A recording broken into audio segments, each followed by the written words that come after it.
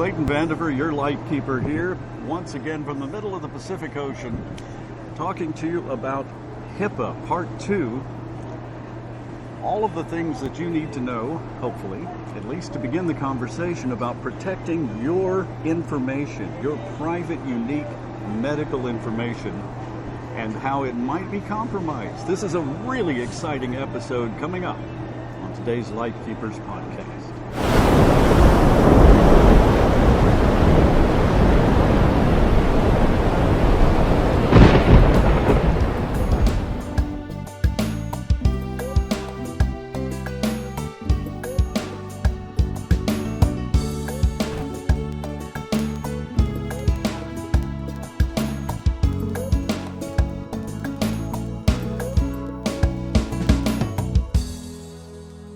And of course, with us this week, as always, Charlene, our licensed clinical social worker, here to tell us more about HIPAA. Once again, remind us what HIPAA means. What is it? What are those acronyms? So HIPAA stands for the Health Insurance Portability and Accountability Act. Only the government could come up with a title that long. That's amazing. It's so unnecessarily complicated. But basically what it boils down to is your unique information, including your medical records, medical history, medications, Right. anything that can identify you as an individual in conjunction with your medical history is protected by federal law, which means it cannot be shared with anyone without your consent. Okay. Who all is concerned with HIPAA within the medical community? Everybody should be concerned with HIPAA. Okay. Everybody should be concerned with HIPAA, but one of the common misunderstandings among individuals out there, the community at large, is that everyone is responsible for HIPAA protection, and that's not true. Not all facilities are required to abide by HIPAA regulations. Really? Correct. Okay. And forgive me if I keep looking down. I don't want my notes to blow away. So, Yeah, well, we are in the middle of the Pacific yes. Ocean. So a HIPAA-covered entity includes health plans, healthcare clearinghouses, and providers that conduct electronic transactions for which the Department of Health and Human Services has published standards. That's the government definition Okay. of who is responsible for maintaining HIPAA regulations and policy.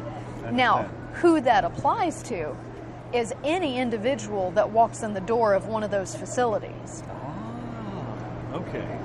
And it doesn't matter if they're a citizen of the United States, even non-citizens, their information is protected. And there are protections in place that people don't even realize. For example, if we have someone come in from a crime scene and the police come in asking information, we can't give them information. Really? Really. And So the protection is that critical and that absolutely, all-encompassing. they have to come back with a warrant. So with a warrant, you're allowed to release... We are required. required to release that information. And that's an important detail. Details matter, especially in legal matters. That such as- information has to be subpoenaed or they have to come back with a warrant. And even then, we're only allowed to give the least amount of information to satisfy their request. Okay, so the least amount necessary Correct. to provide them whatever it is that they need. Correct. Okay. Well, HIPAA appears to be a very sensible protection, but that leads us to wonder, why is it so important? Well, HIPAA is a double-edged sword because in the same way that it can protect, it can also make it more difficult. For example, okay, using families, okay, a couple. If you have a couple that works together to manage each other's medical care, okay, and the wife tries to call the doctor's office to schedule an appointment for the husband, Sure. she can't. And that's a very common thing. Really? She can't. Without them having a notice on his chart that he has signed giving permission for them to speak with her, she can't. Even to just make an appointment? Even to just make an appointment. They can't even confirm or deny that he's a patient of theirs without that permission. Oh my God. Now, put the spin on that. People all the time say, and I know this happened because I've done it, when I was my mom's medical power of attorney, call up, identify myself. I am her medical power of attorney. They haven't seen a form. They haven't seen a lot document. of times they don't even. And with that information, I can make an appointment. I shouldn't have been able to, I guess. Correct. Now, you put the spin on that and say you have a woman who is in a situation of domestic violence. HIPAA is protecting her because now she can go to the doctor and she can confide in the doctor everything that's going on at home, and he can't find out.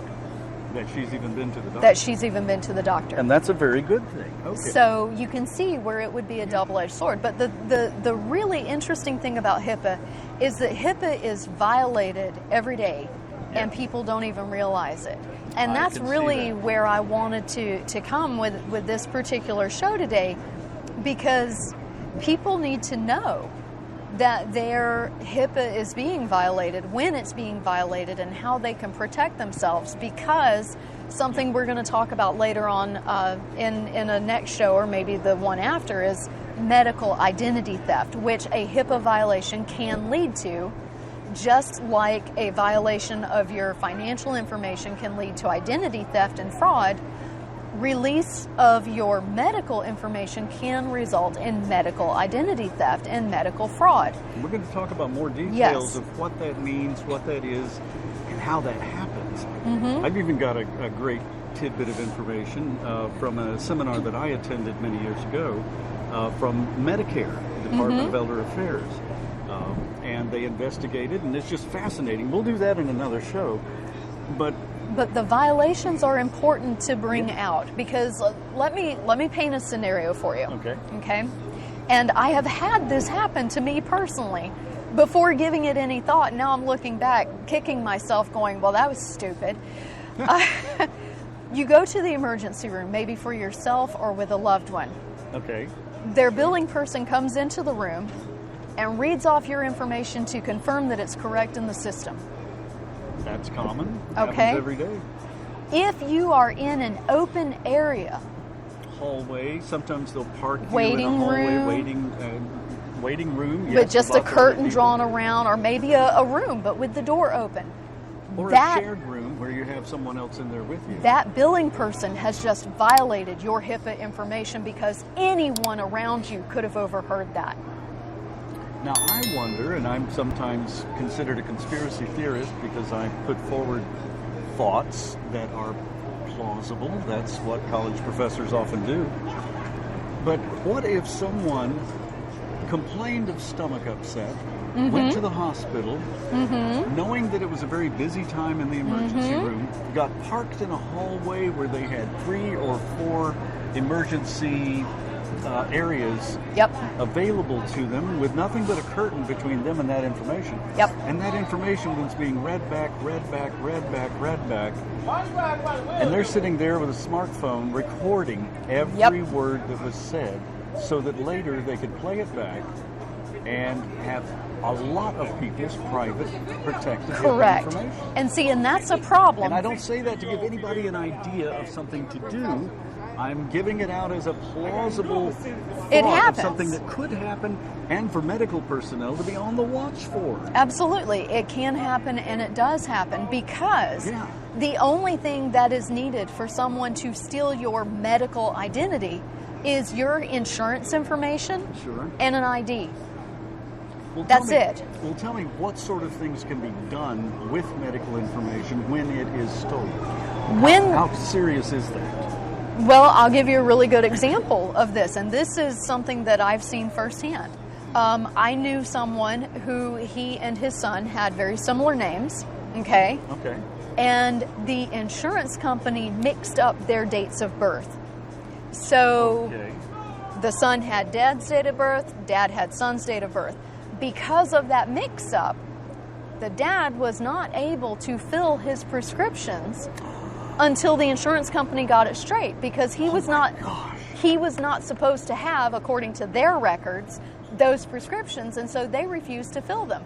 Now, fortunately, there was nothing life-threatening there. But that was the first thought I had. What if it's a life-threatening? What if that had been an organ anti-rejection drug? Yeah. So what they were told was the solution was to pay out of pocket. Okay. Oh my gosh. There are some medications that are 5 digits, and that's without the decimal. Yes. How are you going to pay for that out of pocket? So you have no choice at that point but to go without it until the insurance company gets it straightened out, and we all know how long that can take. Take out a mortgage on your home, you destroy your finances, and hope that your insurance company will reimburse. And your finances are another vulnerability, because someone who has assumed your medical identity can receive treatment, and you get the bill for it. Or receive prescription drugs, sell them on the street, and you get the bill for it, and perhaps even become a suspect for criminal activity. Correct. So, oh my gosh. So there's a lot of risk there, and it's complicated and it's complex, and that's why people just need to be more aware. For example, going back to that scenario with the emergency room, if the billing person comes in and asks you for that information and you provide it, you have just implied consent, given them permission with your HIPAA information. Let's talk about that a little bit more in the next episode, because we're running out of time. Remember, the Lightkeepers Podcast is brought to you by A Guiding Light, a 501c3 nonprofit charity that needs your help and your support. If you're able to do so, we certainly welcome those donations. There's a way on the screen to actually capture that little QR code and send in a donation. Also, please like, subscribe, click the little bell that tells you we put up another episode so you don't miss a single episode of this great, important information that, again, starts a conversation. Your specific, unique medical needs need to be talked over with your own unique physician who knows you and what your needs are. But this show is designed to start a conversation and get that information there so you know the right questions to ask, and hopefully you get the best answers to live the best possible life. That's why we're here on the Lightkeepers Podcast every Wednesday evening at 7 p.m. And from the middle of the Pacific Ocean, I'm Clayton Vandiver, your Lightkeeper. See you next time.